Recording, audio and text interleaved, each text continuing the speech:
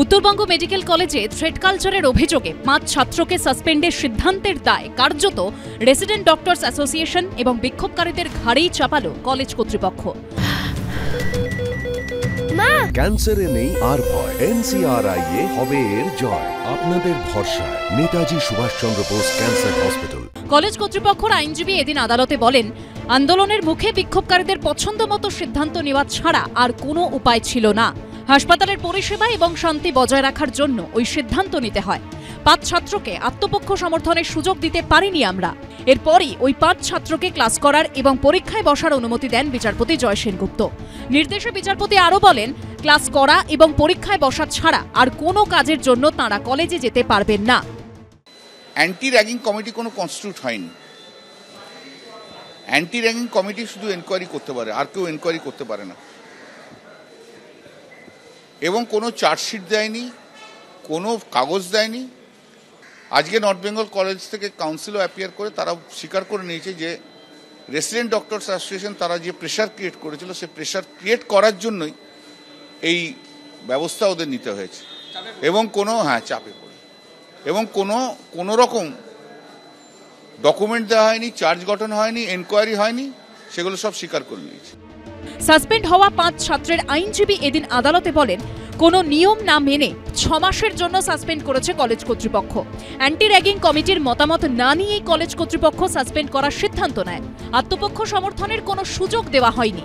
এরপরে সাসপেন্ড হওয়া ছাত্রদের আইনজীবী আবেদন করেন পরীক্ষায় বসতে দেওয়া এবং ক্লাস করার অনুমতি দেওয়া হোক, পাশাপাশি খারিজ করা হোক সাসপেন্ড করার বিজ্ঞপ্তি।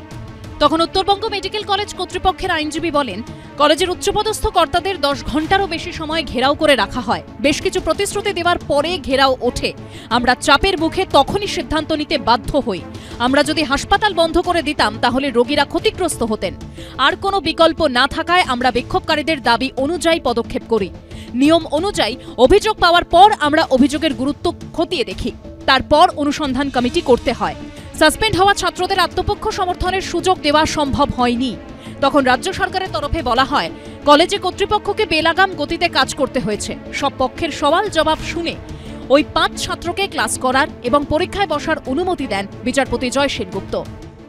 আমরা মনে করছি যে ছাত্রছাত্রী আমরা যারা প্রথম দিন থেকে বিভিন্ন কলেজে এই র্যাগিংয়ের বিরুদ্ধে আন্দোলন করে আসছি, আমরা মনে করি সবাই ছাত্রছাত্রী সবাই দলমত নির্বিশেষে কিন্তু এই থ্রেড কালচারকে রুখে দেওয়ার জন্য সবাই এগিয়ে আসুন। এবং যারা যারা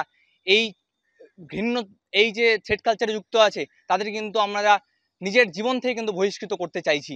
আমরা সার্ভিস ডক্টরস ফোরামের পক্ষ থেকে মনে করি যে এই যে ঘটনা, যেটা আবার তাদেরকে ফিরিয়ে আসার সুযোগ করে দিল রাজ্য সরকার সরকারি কোষাগারের টাকা খরচ করেই, এর মাধ্যমে প্র্যাকটিক্যালি এখানে যে কলেজগুলোতে যে থ্রেড কালচার বা একটা ভয়ের পরিবেশ, সন্ত্রাসের পরিবেশ চলছিল, সেটা কিন্তু আবার ফিরে আসবে।